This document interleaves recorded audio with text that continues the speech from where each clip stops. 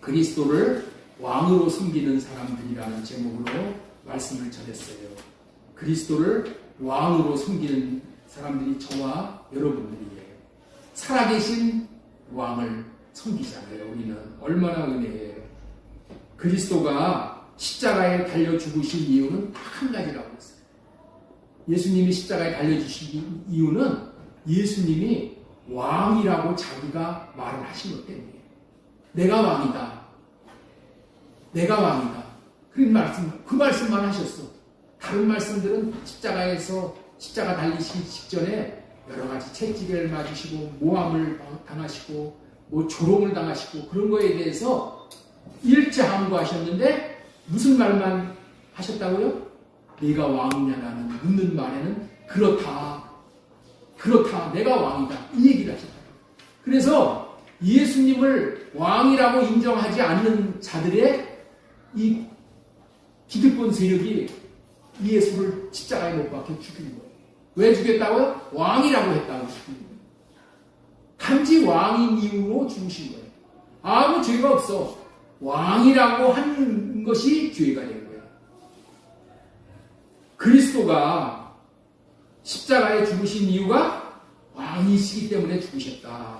그 다음에 왜 그리스도가 왕이 되셔야 하는가? 왜 우리의 왕이 되셔야 하는가? 예수 그리스도는 왕이 되셔야지만 우리들을 백성으로 삼으실 수 있어요. 왕만이 백성으로 삼을 수 있고 왕만이 백성들을 축복하고 잘되고 인도할 수가 있는 거예요. 내가 하나님의 백성이 아닙니다. 거부하는 자들을 하나님이 축복하실 수가 없어. 내가 하나님의 백성입니다. 나는 하나님의 속한 자입니다. 이런 고백을 하는 자들을 왕으로 통치하여서 그 왕의 최고의 통치를 받아서 우리가 이 땅에서도 하늘나라를 누리고 하늘나라에 가게 하시는 거예요. 그러니까 내가 백성 되기를 원해야 돼. 예수 그리스도가 왕인 것을 알면 왕에게 속한 자를 예수 그리스도가 섬길 수 있다는 거예요. 잘 섬기기 위해서 예수님은 우리의 왕이 되신 거예요. 예수가 왕이시려야지 끝까지 우리를 책임지실 수가 있다는 거예요. 완전케 해주실 수가 있다는 거예요. 오늘은 부활의 기쁨과 능력이라는 제목으로 하나님의 말씀을 대언하도록 하겠습니다. 사랑하는 여러분들, 오늘은 우리 주님께서 부활하신 2000년 전에 부활하신 날이에요. 예수 그리스도는 말씀하시고 이루시는 하나님이시오. 하나님만이 자기가 말한 것을 그대로 이루실 수가 있는 거예요. 세상 사람들은 다 일구이연을 할 수밖에 없어. 왜? 말을 책임질 수가 없으니까. 그러나 하나님은 하나님이 하신 말씀을 책임지실 수 있어. 그래서 항상 먼저 하실 일을 말씀하시고 약속하시고 이루시는 하나님이에요. 그 하나님이 전능하신 하나님, 그 하나님이 신실하신 하나님이시죠. 오늘은 우리 주님께서 우리가 부활하셨음을 기억하고 부활의 주님을 찬양하고 예배하며 또한 부활의 신앙으로 살겠다고 마음을 새롭게 하는 부활 주일입니다. 세상에는 많은 좋은 소식이 있습니다. 병이 나았다는 소식, 잃어버린 것을 찾았다는 소식, 전쟁이 끝났다는 소식, 이와 같은 소식들도 모두 좋은 소식이며 기쁜 소식입니다. 그러나 일시적인 좋은 소식이며 제한적인 기쁜 소식일 뿐인 것이죠. 그런데 오늘 우리가 기념하는 부활은 단순한 좋은 소식, 기쁜 소식 정도가 아니라 인류 전체를 위한 누구에게나 최고의 좋은 소식이며 기쁜 소식입니다. 그렇다면 어떤 이유로 부활이 최고의 기쁜 소식이 되는지를 우리는 잘 알아야 될 필요가 있지요. 그래서 오늘은 부활의 기쁨과 능력이라는 제목으로 하나님의 말씀을 대언하도록 하겠습니다. 우리 첫 번째로 전해드릴 말씀은 부활은 주님이 하신 말씀과 삶이 모두 옳았다고 인정을 받은 기쁜 소식이라는 거예요. 우리 한번 따라서 한번 하겠습니다. 부활은 주님이 하신 말씀과 삶이 모두 옳았다고 인정받은 기쁜 소식이다. 사람은 일평생을 살면서 많은 말을 하고 삽니다. 많은 행동을 하고 살게 됩니다. 그런데 자신이 한 말로 인해 사람을 살리기도 하고 죽이기도 할 정도로 말이 중요합니다. 잘못된 말을 함으로 자신도 후회스럽고 남에게도 마음을 아프게 하고 상처를 주는 삶을 살고 있고, 또 심한 경우에는 다른 사람을 자살하게 하는 경우도 있어요. 내가 말한 것을 듣고 충격을 받아서 자살을 하는 경우도 여러분들 매스컴에 나오잖아요. 실족하게 하는 삶인 것이죠. 이토록 자신의 말과 행동 거지 하나가 중요합니다. 우리의 말과 행동이 하나님 앞에 반드시 평가를 받을 그럴 때가 있다는 거예요. 사람이 하나님 앞에 서서 심판을 받을 때에 하나님께서 네가 살아온 삶이 옳아, 맞았어 라고 한다면 얼마나 기쁘겠습니까? 불꽃 같은 눈으로 감찰하시는 하나님 앞에서 이렇게 좋은 평가를 받는 것보다 기쁘고 좋은 일은 없는 것이죠. 그런데 아니야, 네 삶은 잘못됐어. 너는 잘못된 삶을 살았어. 네가 살아온 삶은 아니야 라는 평가를 받는다면 이것보다 낭망이고 돌이킬 수 없는 후회 막급인 것은 없는 것이죠.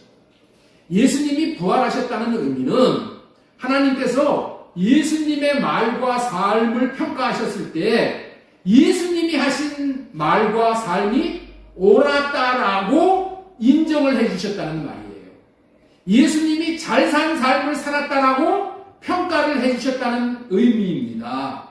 그 당시에 재판장인 빌라도와 대제사장을 비롯한 많은 권력자들 그리고 백성들은 예수님이 하신 말씀과 삶이 잘못되었다고 자신들이 정죄를 한 거예요. 그들이 죄를 정한 거예요. 정죄를 하고 판단을 하고 그들이 심판을 내리고 조롱하며 침을 뱉으며 채찍질을 하고 마침내 죽였습니다. 그런데 예수님께서는 죽으신 지 3일 만에 살아나셨습니다. 이 말은 하나님이 예수님을 살리셨다는 말이에요. 하나님이 예수님의 손을 들어주셨다는 말이에요.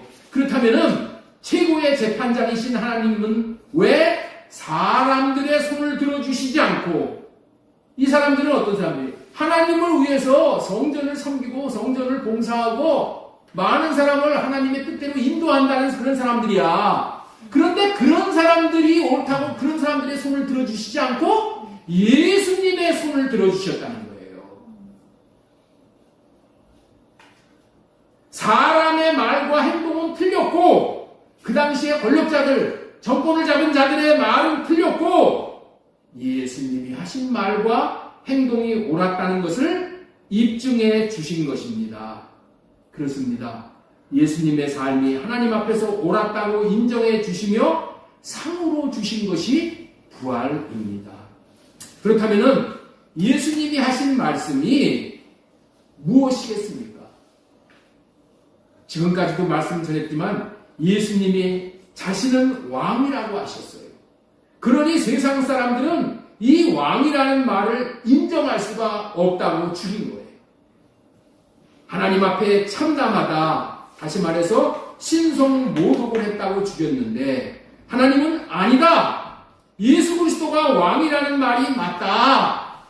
예수가 왕이라고 한 말은 나 하나님을 모독한 말이 아니라 나 하나님의 마음을 기쁘게 한 말이다. 예수 그리스도가 한 말이 옳고 예수님이 사신 삶이 옳았다라고 예수님의 손을 들어주셨다는 의미가 부활이라는 거예요. 하나님께서 예수님에게 네가 한 말과 삶이 옳았어라고 하셨으니 들으시는 예수님의 입장에서 얼마나 큰 기쁨을 누리셨겠어요. 그렇습니다. 하나님은 예수님이 하신 말과 삶에 대해서 옳다고 하셨습니다. 그 증거가 부활입니다. 그렇다면은 우리에게는 예수님이 부활하신 소식이 왜 기쁜 소식이고 능력이 되느냐는 것이죠. 하나님에게 옳다고 인정받은 말과 삶을 살아서 하나님에게 옳다고 인정함을 받는 예수 그리스도를 왕으로 모시고 따르는 삶을 살려고 하는 것이 저와 여러분들의 삶이잖아요.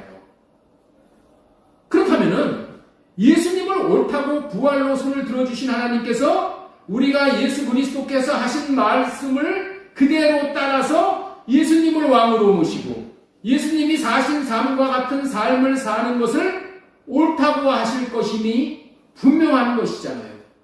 그러므로 말미암아 예수님이 받으신 부활을 우리에게도 동일하게 주실 것은 당연하기에 우리도 기쁜 것이에요. 저와 여러분들이 왕으로 모시는 예수께서 잘 살았다라고 인정함을 받은 그대로 우리에게도 그렇게 인정해 주실 것은 불을 보듯이 뻔한 일이기 때문입니다. 예수님이 부활해도 목사가 부활을 해도 내가 부활을 하지 못하면은 아무 소용이 없는 거야. 남이 암만 잘 되면 무슨 소용이 있어요. 내가 잘 돼야 되는 거야. 부활은 나의 부활이 되어야 한다는 거예요.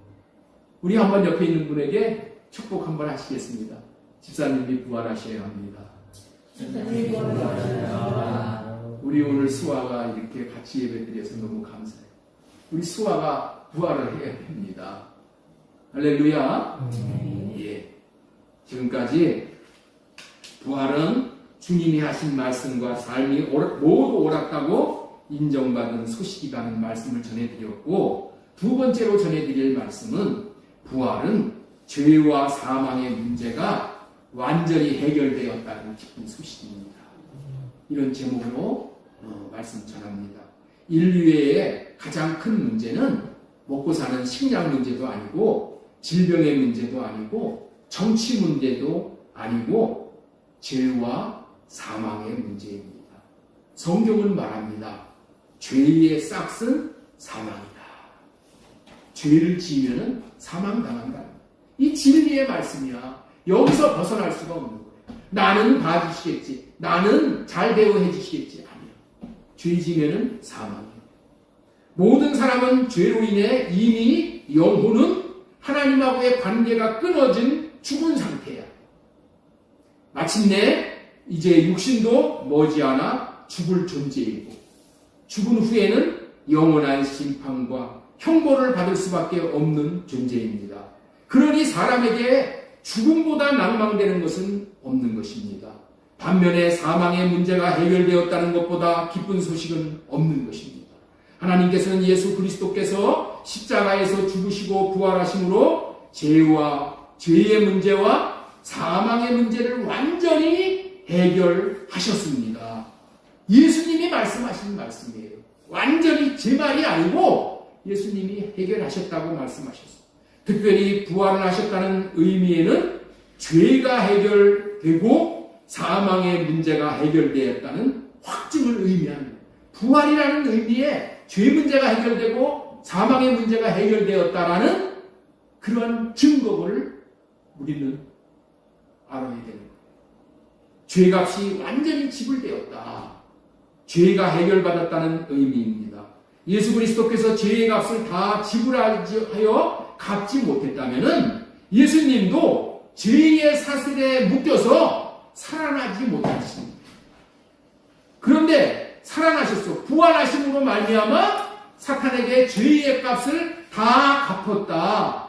다 갚았다. 테탈라스타이. 지난주에 말씀하신 거죠. 다 갚았다. 다 해결하였다라는 증거가 부활인 거예요. 그 다음에 두 번째, 사망 권세가 깨졌다는 거예요. 즉 사탄은 죄가 있는 자에게만 권세를 부릴 수가 있는 거예요. 이미 죄값을 치루어 죄가 없어졌으니까 사탄은 할 말이 없는 거예요. 요구할 것이 없고 행세를 부릴 권한이 없어 사탄은 떠나가게 된 거예요. 그래서 사탄이 주는 사망의 덫에서 벗어나 자유하게 된 것입니다. 이런 의미의 말이 사망 권세가 깨졌다라고 하는 거예요. 오늘 우리가 찬양을 한 것도 사망 권세 다 깼다고 했어요. 그리고 일어나셨다고 했어요. 이제 더 이상 사탄이 주는 사망이 우리를 지배하지 못한다는 선언이니 이것이 부활입니다. 부활로 죄와 사망의 문제가 해결되었다는 확증을 얻게 되었으니 예수 부활은 사망의 고통에 빠져 낙심하는 사람들에게 가장 큰 기쁜 소식이 되는 것이죠. 세 번째로 전해드릴 말씀은 부활은 영원한 생명이 열렸다는 기쁜 소식이에요. 예수님의 부활은 단순히 예수님 한 분 살아난 것으로 끝나는 사건이 아닌 거예요. 부활은 새로운 생명이 열린 사건이에요. 왜냐하면 예수님은 이 부활을 이렇게 말씀하셨거든요. 부활의 첫 열매를 맺고 살아나셨다 이렇게 말씀하십니다. 예수님이 부활의 첫 열매가 되셨다는 거예요. 고린도전서 15장 20절 말씀 보겠습니다. 그러나 이제 그리스도께서 죽은 자 가운데서 다시 살아나사 잠자는 자들의 첫 열매가 되었도다. 잠자는 거, 사망당하는 것을 의미하는 거예요. 성경에서 말하는 잠자는 자들. 예. 그래? 첫 열매가 되었도다. 여기서 부활의 첫 열매라는 것은 죽은 자가 하나님의 생명을 받아 다시 살아나는 길이 열렸다. 이런 의미의 말씀이에요. 다시 말씀드립니다. 부활의 첫 열매라는 것은 죽은 자가 하나님의 생명을 받아 다시 살아나는 길이 열렸다라는 의미의 말입니다. 첫 열매가 무엇인지 이 말의 의미를 나무가 열매를 맺는 예를 들어서 설명하는 것인데 첫 열매 뒤에는 또 많은 생명의 열매가 이어진다는 뜻이에요. 사과나무를 심어서 이제 사과나무가 자라서 이제 사과나무에 열매를 맺지요. 사과나무에 열매를 맺어서 우리가 사과를 따먹을 수 있잖아요. 그러면은 올해 사과나무 열매를 맺었으면은 내년에도 사과 열매를 맺고 후년에도 사과 열매를 맺는 거예요. 사과나무는 사과나무의 열매를 맺어. 사과나무에서 배가 열매를 맺는 법이 없어. 예수 그리스도 안에 있는 자들은 생명의 열매를 맺는 거야. 마귀 안에 있는 자는 어떤 자요? 죽음의 열매를 맺는 거야. 이게 완전히 화려한 열매가 되는 거예요. 예수님이 부활의 첫 열매를 맺은 것은 이제 새 언약을 믿음으로 말미암아 예수 그리스도 안에 있는 우리들도 부활을 함으로 열매가 되어진다는 그런 의미예요. 이 생명의 열매가 되어진다는 그런 의미예요. 우리도 반드시 예수님을 따라 부활하게 됩니다. 그래서 예수 안에 있는 자들은 죽음이 끝이 아니야. 예수 안에 있는 자들은 육신의 죽음이 끝이 아니야. 문이라는 거예요. 문. 생명으로 들어가는 문이 죽음이야.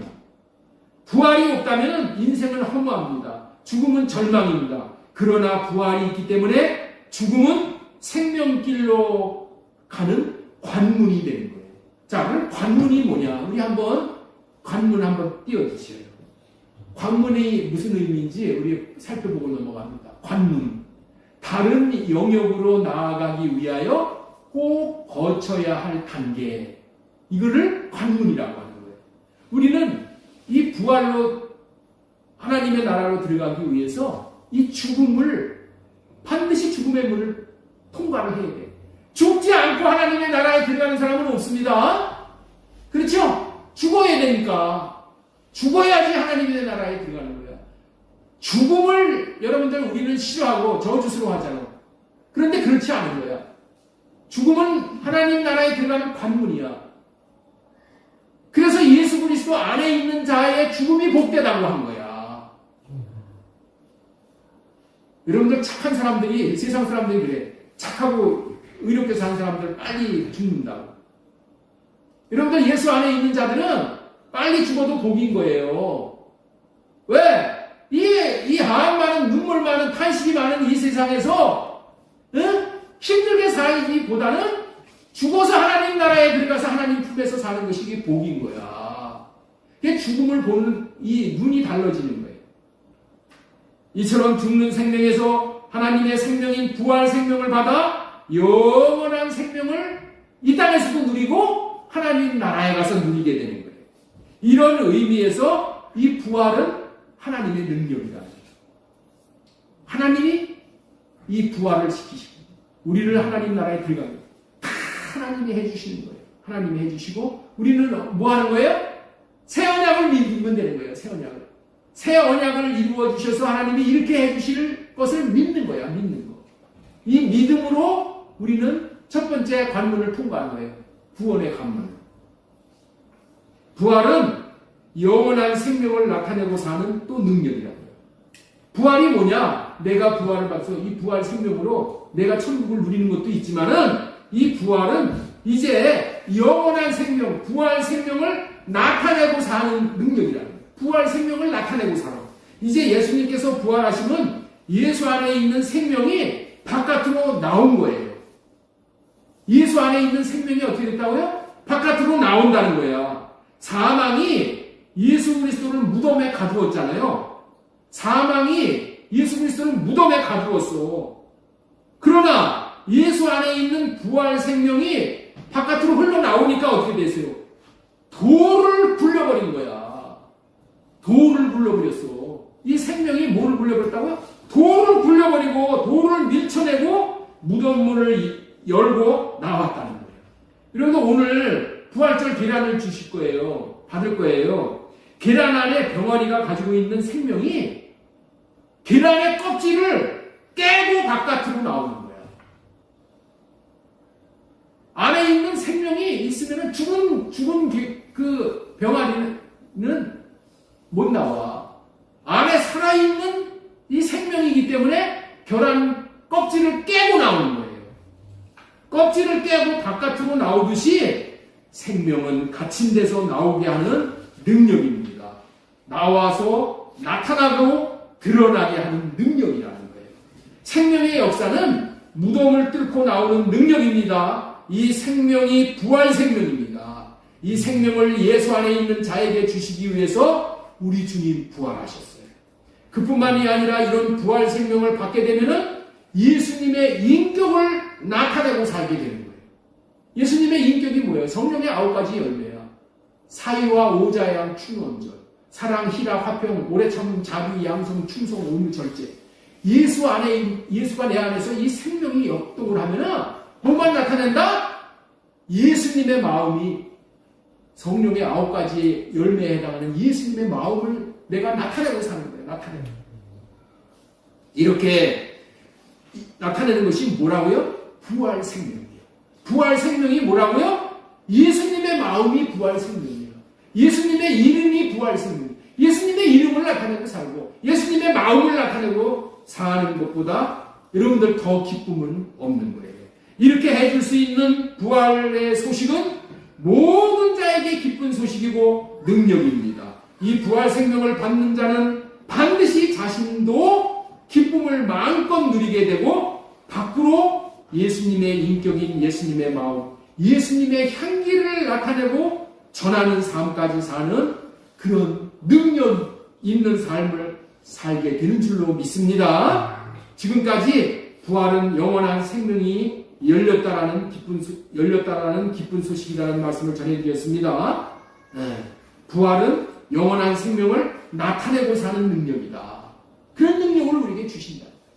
자, 그 다음에 네 번째로 전해드리는 말씀은 부활은 절망이 소망으로 바뀌었다는 기쁜 소식이다. 십자가 사건 이후에 제자들의 모습은 어땠습니까? 두려움, 절망, 낙심에 사로잡혀서 살았어요. 그런데 부활하신 주님을 만난 이후에 그들의 마음은 담대함이 생긴 거예요. 기쁨으로 충만하고 소망으로 완전히 변화가 되어버렸어요.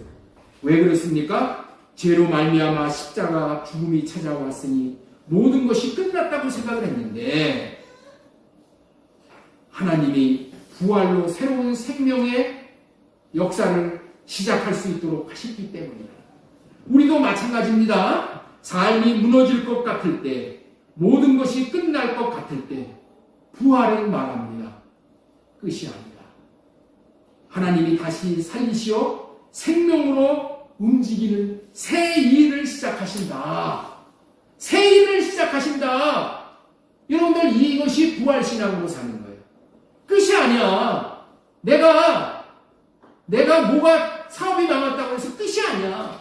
내 자녀가 뭐 실수해가지고 뭐 한마디로 말해서 형무소에 들어갔다고 빨간 줄이 올라간다고 해서 그거 끝이 아니요. 그건 세상에서 끝이요. 우리 하나님 안에서는 끝이 아니에요. 끝이 아니에요. 새로운 시작. 관문. 새로운 시작. 그래서 우리는 부활로 말미암아 흔들리지 않는 절대 소망을 갖게 되어집니다.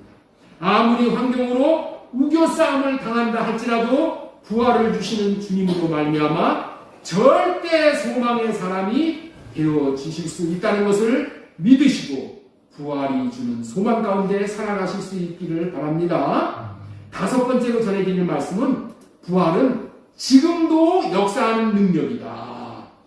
무덤에 갇히신 예수 그리스도를 일으키신 이 부활 사건은 과거 2000년 전의 과거 사건으로 끝나는 게 아니라 생명의 역사는 그렇지가 않아요. 지금도 살아서 역사하는 능력입니다. 죽은 마음을 살리시고 무너져 낙담하는 인생을 일으키시고 죄 가운데 있던 사람을 새 사람으로 변화시키십니다. 첫 계명 아래 사는 사람은 변화를 기대할 수가 없는 거예요. 첫 언약 안에서 사람이 계명을 지키지 못한다는 것만 깨달아가지고는 변화의 삶을 살 수가 없어. 첫 언약은 뭐예요? 내가 율법 못 지키는 거야. 그거 깨닫게 해주시는 것이 첫 언약이잖아요. 이것만 깨달아가지고는 사람이 변화를 경험할 수가 없어. 그러나 주님의 부활로 말미암아 주시는 부활 생명, 주님의 마음을 받게 되면은 새로운 피조물로 변화되어지는 거예요. 이렇게 부활은 지금도 한 인생을 변화시키도록 역사하는 능력이 있는 거예요. 지금 능력이 있는 거예요. 현재에. 그렇다면은 주님은 부활 생명을 주시어 사람을 변화시키는데 어떻게 변화시키는지를 알아야 돼요. 예? 주님은 부활 생명을 우리에게 주셔서 예수님의 마음을 주셔서 우리를 변화시키는데 어떻게 변화시킬까? 여러분들 옆에 있는 분에게 한번 물어보세요. 주님이 부활 생명을 주셔서 나를 어떻게 변화시킵니까? 당신을 어떻게 변화시킵니까? 한번 물어보시오.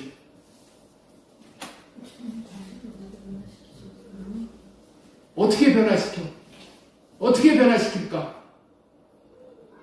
네, 그러니까 우리가 여호와를 아는 지식이 아주 분명해요.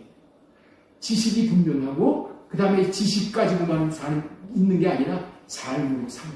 자, 어떻게 변화시키는가? 고린도 후서 5장 15절 말씀입니다. 자, 그가 모든 사람을 대신하여 죽으시는 살아있는 자들로 하여금 다시는 그들 자신을 위하여 살지 않고 오직 그들을 대신하여 죽었다가 다시 살아나신 이를 위하여 살게 하려 합니다. 이렇게 변화시키는 거예요. 예수 그리스도께서 모든 사람을 대신하여 죽으신 이유가 있다는 거예요. 죽으신 이유는 예수 그리스도가 우리를 살리면은 살아있는 자들로 하여금 다시는 그들 자신을 위하여 살지 않고 어떻게 산다고요? 어떻게 산다고? 호인아 한번 읽어봐라. 어떻게 산다고? 주친 거. 오직 그들을 대신하여 죽었다가 다시 살아나신 이를 위하여 살게 하려 합니다. 이 말씀은 주님이 부활하심으로 주시는 부활 생명을 받은 자들은 이제 자신을 위하여 살지 않는다는 거예요. 그리스도를 위하여 살도록 변화시킨다. 이게 부활 생명을 받은 자들이 사는 삶이에요. 자신을 위해서 살지 않고 누구를 위해서 산다고? 나를 살리신 예수 그리스도를 위해서 사는 삶이 내 삶이 된다는 거예요. 자신을 위해서 사는 삶은 자신의 육신의 생각이 요구하는 대로 사는 삶이에요.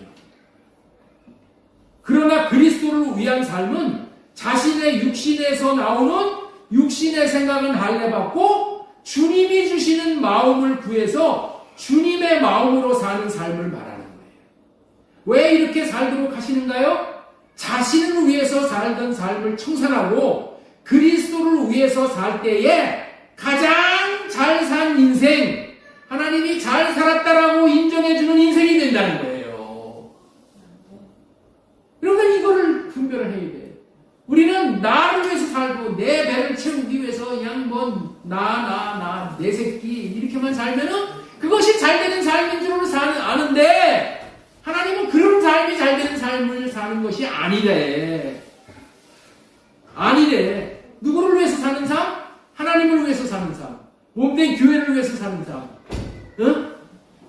하나님이 사랑한 영혼들, 이웃을 위해서 사는 삶. 이런 삶이 가장 잘 사는 인생이라고 말해주십니다. 이런 삶을 사는 인생을 뭐라고 얘기한다? 새로운 피조물이다. 그렇게 말씀하십니다. 자, 고린도후서 5장 17절 말씀 보겠습니다.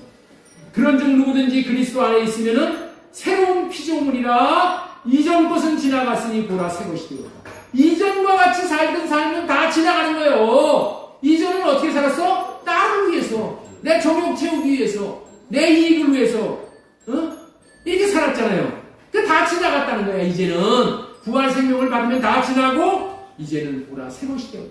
새 것은 어떻게 산다고? 이제 주님의 마음을 받아서 주님을 위해서, 그의 나라와 그의 의를 위해서 사는 삶이 가장 잘 사는 삶이다. 그런데 문제는 예수 그리스도께서 지금까지 전해드린 바대로 부활로 이렇게 놀라운 생명의 역사를 받아 누릴 수 있도록 마련해 놓았음에도 불구하고 오늘도 부활을 경험하지 못하고 부활 생명을 누리지 못하고 자신을 위해서 사는 삶이 잘 사는 줄 알고 온 마음 다해 자신만을 위해서 사는 사람들이 교회 안에 부지기수로 많다는 말이에요. 그래서 결론 삼아서 전해드리는 말씀은 부활하신 예수 그리스도로 말미암아 오늘 5가지 전해드리는 이 복을 받도록 하시는 이 부활하신 예수 그리스도를 새 언약의 중보자로 받아들여야 돼요. 새 언약을 이루어주실 중보자로 받아들여야 돼요.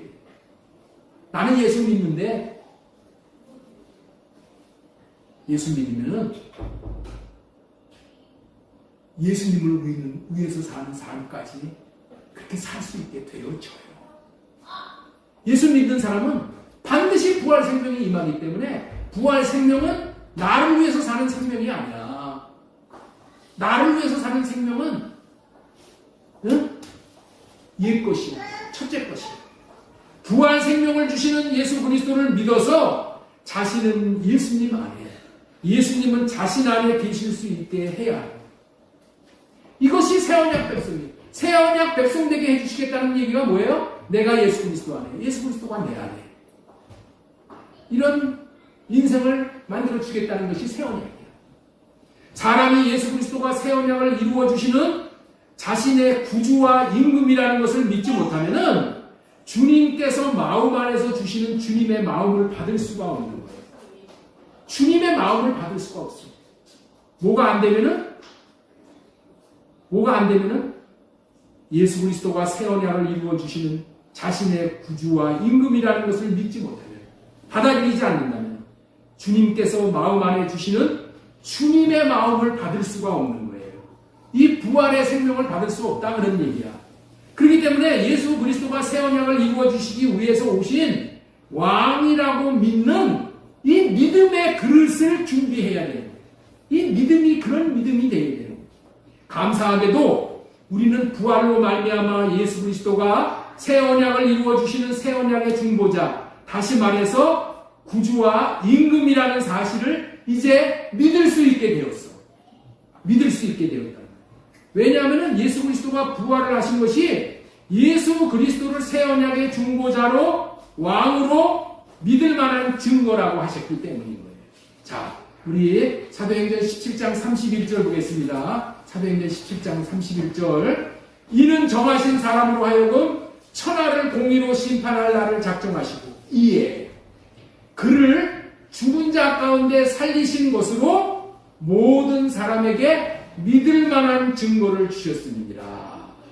우리는 나의 구주와 임금이 누구인지를 몰라서 못 믿었어. 받아들이지 못했어. 그런데 예수님이 부활을 하시고 나서 이 부활하신 예수 그리스도만 나의 구주가 되고 임금이 되는구나. 이렇게 받아들이라는 거예요. 예수 부활은 모든 사람에게 예수가 새 언약의 중보자로 오신 구주와 임금으로 믿을 만한 확실한 증거라는 거예요. 예수 그리스도가 부활하지 못했다면 우리의 구주와 임금으로 믿을 수가 없어. 부활하신 것은 구주와 임금이기 때문에라는 의미란 말이에요. 부활이 왕이냐 아니냐를 가리는 기준이라는 거예요. 문선명이나 이만이나 안상홍이를 우리가 구세주로 왕으로 받아들일 수 없는 이유는 뭐예요? 그들은 죽었다가 살아나지를 못했어. 죽었다가 살아난 자만 임금으로 믿으라는 거예요. 하나님이 그런 증거를 여기다, 이 말씀이 그 말씀이에요. 네? 우리의 구주와 임금이 될 자격은 어떤 사람만 구주와 임금이 될 자라고요? 부활하신 분만. 여러분들 이 세상에서 이제까지 역사 이래 죽었다가 살아난 자는 아무도 없어. 예수 그리스도 외에. 그렇기 때문에 예수 그리스도만 구주와 임금이 될 수 있는 거예요. 이게 분명하게 해주기 주님은 해주시는 거예요. 그렇습니다. 부활은 예수 그리스도를 새 언약의 중보자로 믿을 수 있게 하는 능력인 거예요. 이제 부활로 말미암아 예수 그리스도를 믿을 만한 증거로 주셨으니 예수 그리스도가 새 언약을 이루어 주시는 중보자로 자신의 왕으로 받아들일 수 있기를 바랍니다. 이 시간 영접하는 왕이라는 더 이상의 증거가 필요 없어요. 부활로 족한 거예요. 예수가 나의 구주와 나의 임금이라는 것이 부활로 족한 거예요. 부활로. 더 이상의 증거를 찾을 필요가 없어. 더 이상의 방황을 할 필요가 없다는 거예요. 그렇게 하나님이 만들어 주셨어. 믿지 못하던 자가 믿을 수 있게 되는 것이 하나님의 능력입니다. 하나님이 능력을 행하여 주셔서 믿지 못하는 내가 예수 그리스도를 나의 구주와 임금으로 모실 수 있게 되었으니 이거보다도 더 기쁘고 감사한 일이 어디 있어요. 이 믿음으로 예수 그리스도를 자신 안에 모시고 자신 안에서 부활하여서 주시는 주님의 마음을 받고 누리는 자가 되어지기를 소망드립니다. 그럴 때에 자신을 위해서 살던 이제 옛사람을 청산하고 오직 주님과 주님의 나라를 위해서 살 수 있는 최고의 인생이 되실 수가 있는 거예요. 주님을 위해서 사는 삶이 내가 최고의 인생이 되는 삶이에요.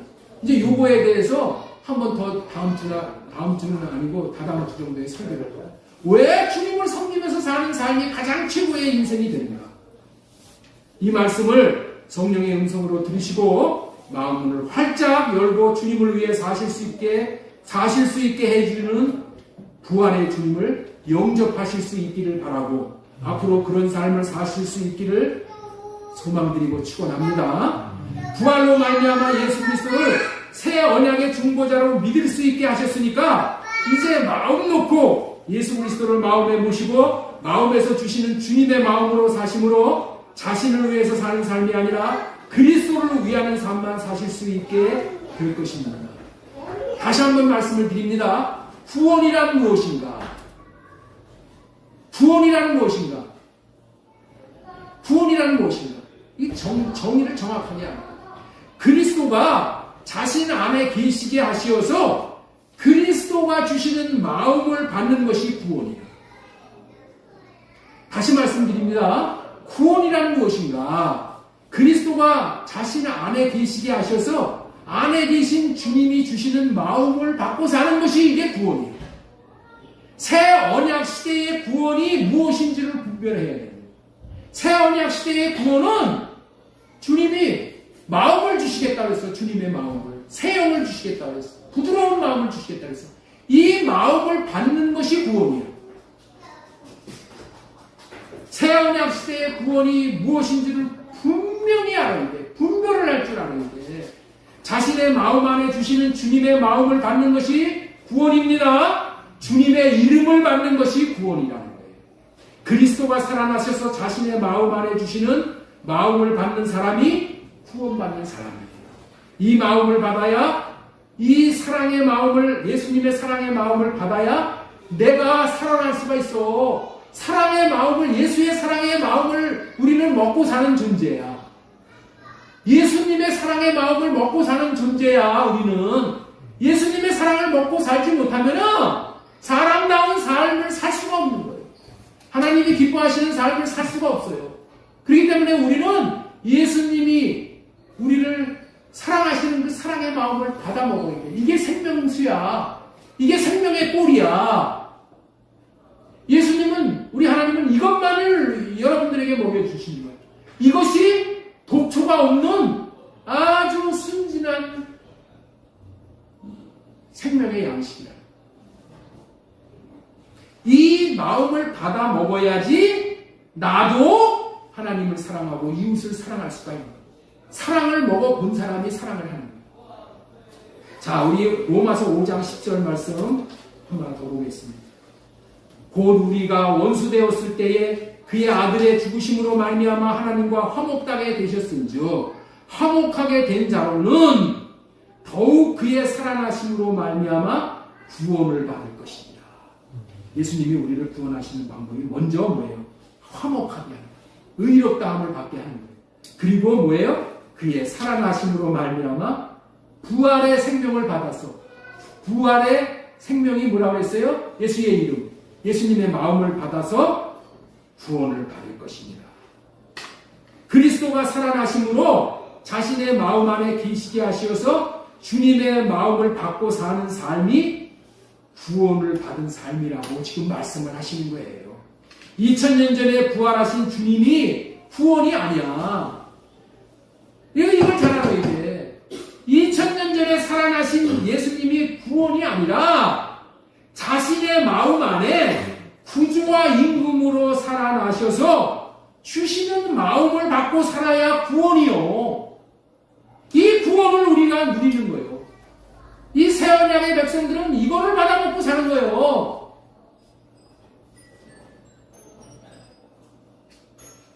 잘 분별하셔야 돼요. 자신의 마음에 예수 그리스도 살아나셔서 주시는 마음을 받고 그 마음으로 사는 사람이 구원을 받는 사람이고 구원의 기쁨을 누리는 삶이라는 거예요. 이번 부활절에 부활하시는 주님이 주시는 마음으로 말미암아 자신은 예수님 안에, 예수님은 자신 안에 거하여 주님이 주시는 마음, 이 부활 생명, 주님이 주시는 사랑의 마음을 받고 모든 생각이 변화되어져서 주님을 위해서 삶으로 최고로 기쁨을 누리는 능력 있는 생애 되실 수 있기를 소망드리고 축원합니다. 하나님 아버지 감사합니다. 오늘 부활의 기쁨과 능력이라는 제목으로 말씀해 주시니 감사합니다. 부활은 주님이 하신 말씀과 삶이 모두 옳았다고 인정받은 기쁜 소식이다. 부활은 죄와 사망의 문제가 해결되었다는 기쁜 소식이다. 부활은 영원한 생명이 열렸다는 기쁜 소식이다.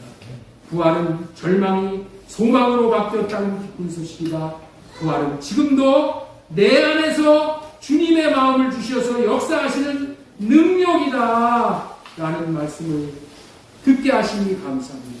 이 말씀을 생명으로 받아서 생명의 나타나심과 생명의 능력을 경험하는 우리 몸된 교회 지체들 다 될 수 있도록 은혜 위에 은혜를 더하여 주시옵소서. 믿사옵고 주 예수님의 이름으로 축복하고 기도하옵나이다. 아멘. 아멘. 오늘은 성찬 예식을 거행하도록 하겠습니다. 주님의 살과 피로 새 생명을 얻은 성도 여러분, 이 예식은 우리를 위하여 죽으시고 부활하시어 하늘로 승천하시어서 우리의 모든 죄를 도말하시고 성령으로 내려오시어 거듭나게 하시고 우리 몸을 성전 삼고 우리 안에 거하시어 우리와 영원히 함께 하시겠다고 하나님께서 약속하신 새 언약을 예수님께서 이루어 주심을 기억하고 감사할 뿐만이 아니라 예수님께서 우리의 구주와 임금이 되어 주심을 고백하고 증거하는 거룩한 예식입니다. 주님은 이 예식을 통하여 그의 자녀들에게 믿음을 주실 뿐만이 아니라 죄와 사망의 법에 지배를 받던 자들을 이제 생명의 성령의 법 안에서 삶으로 말미암아 자유케 하시고 모든 고난 속에서도 승리하게 해주시며 하나님 사랑, 이웃 사랑을 실천할 수 있게 하시며 또 마음의 평강과 영생의 소망으로 우리를 이끌어 주실 것입니다. 그러므로 우리 모두는 기쁨과 감사함으로 이 예식에 참여하시기 바랍니다. 예, 말씀 좀 띄워주시고요. 고린도전서 11장 23절서부터 29절까지 말씀. 예, 우리 이 말씀 시간이 없으니까 다 읽지는 않고 제가 말씀을 전하면서 보도록 하겠습니다. 이 오늘 설교 제목은 이 성찬은 뭐냐? 성찬 예식을 우리가 수도 없이 행하는데 이 성찬 예식이 뭐 때문에 하는가? 예수 그리스도를 기념하는 거예요. 자, 우리 24절 말씀 보겠습니다. 축사하시고 떼어 이르시되 이것은 너희를 위하는 내 몸이니 이것을 행하여 나를 기념하라. 기념하는 거예요. 기념하기 위해서 우리가 성찬 예식을 하는 겁니다. 예. 그래서 설교 제목을 나를 기념하라. 이런 제목 하에 첫 번째 성찬이 뭐냐? 나를 위한 주님의 몸이요. 성찬에 참여하는 것은 뭐예요? 주님의 몸을 먹는 거예요. 24절 보겠습니다. 24절. 축사하시고 떼어 이르시되 이것은 너희를 위하는 내 몸이니. 너희를 위하는 내 몸이라는 거예요. 우리를 위하여서 예수님께서 몸을 주셨다는 거예요. 너희를 위하는 내 몸이니 이것을 행하여 나를 기념하라. 자, 두 번째, 성찬이 무엇이냐? 성찬이 무엇인지를 25절에 말씀하고 계십니다. 25절. 식후에 또한 그와 같이 잔을 가지시고 이르시되 이 잔은 내 피로 세운 새 언약의 피니, 새 언약이니 이것을 행하여 마실 때마다 나를 기념하라. 성찬은 뭐라고요? 새 언약의 피라. 이 새 언약의 피는 어떤 의미가 있느냐? 죄 사함을 주시는 언약이야. 새 언약의 피는 죄 사함의 언약이야. 그 다음에 두 번째, 새 사함만 알아갖고는 안 돼. 새로운 관계의 언약이야. 새로운 관계는 어떤 관계예요? 주님께서 내 마음에 주님의 부활의 생명을 주셔. 주님의 마음을 주셔서 주님 마음으로 하나님 사랑하고 이웃 사랑하는 사랑의 관계가 맺어지는 거예요. 뭐를 통해서? 이 성찬의 새 언약의 피를 받아 마심으로 인해서. 의미가 아주 깊은 의미예요. 이 성찬은 새 언약의 피를 통해서 우리가 죄사함을 받게 되는 언약이고 새로운 관계의 언약이에요. 그 다음에 세 번째, 성찬은 어떤 의미가 있느냐? 26절입니다. 26절. 너희가 이 떡을 먹으며 이 잔을 마실 때마다 주의 죽으심을 그가 오실 때까지 전하는 것입니다. 성찬은 세상 끝날까지 새 언약을 전하라는 것이다. 성찬은 무슨 의미가 있다고요? 세상 끝날 때까지, 주님이 오실 때까지 뭘 전하라고요? 새 언약을 전하라는 거예요. 새 언약. 새 언약을 전하는 것이 성찬의 의미예요. 새 언약을 전한다는 게 뭐예요? 예수님의 피를 전하는 거예요. 피를 먹고 마시면서 우리가 새 언약을 전파를 받고 또 전하는 거예요. 그 다음에 성찬이 무엇이냐? 28절 말씀 보겠습니다. 사람이 자기를 살피고 그 외야 이 떡을 먹고 이 잔을 마실지. 성찬은 자신을 살피는 거예요. 성찬에 참여하는 분들은 뭐를 살핀다고요? 내가 나를 위해서 예수님이 십자가를 져주시고 생명을 주셨는데 내가 이제 주님을 위해서 살았는가? 나를 위해서만 살았는가? 이 나를 살피는 겁니다. 내가 나로 의를 이루려고 그랬는가? 주님의 의를 이루려고 그랬는가? 이 나를 살피는 것이 성찬입니다. 그 다음에 그래서 결론은 성찬은 은혜의 초청이다. 이런 은혜를 우리에게 주시기 위해서 초청을 합니다. 이 성찬은 은혜의 초청. 그래서 초대교회는 모일 때마다 성찬을 했어요. 은혜의 초청을 한 거예요. 그래서 이 성찬의 몸을 먹고 피를 마심으로 인해서 하나님이 나를 이렇게 사랑하셨구나. 이거를 깨닫고 이제는 나를 위해서 살지 않고 오직 나를 위해서 죽으신 주님을 위해서 살아야지. 그렇게 결심하고 부활의 증인으로 목숨 걸고 증인으로 사는 거예요. 증인.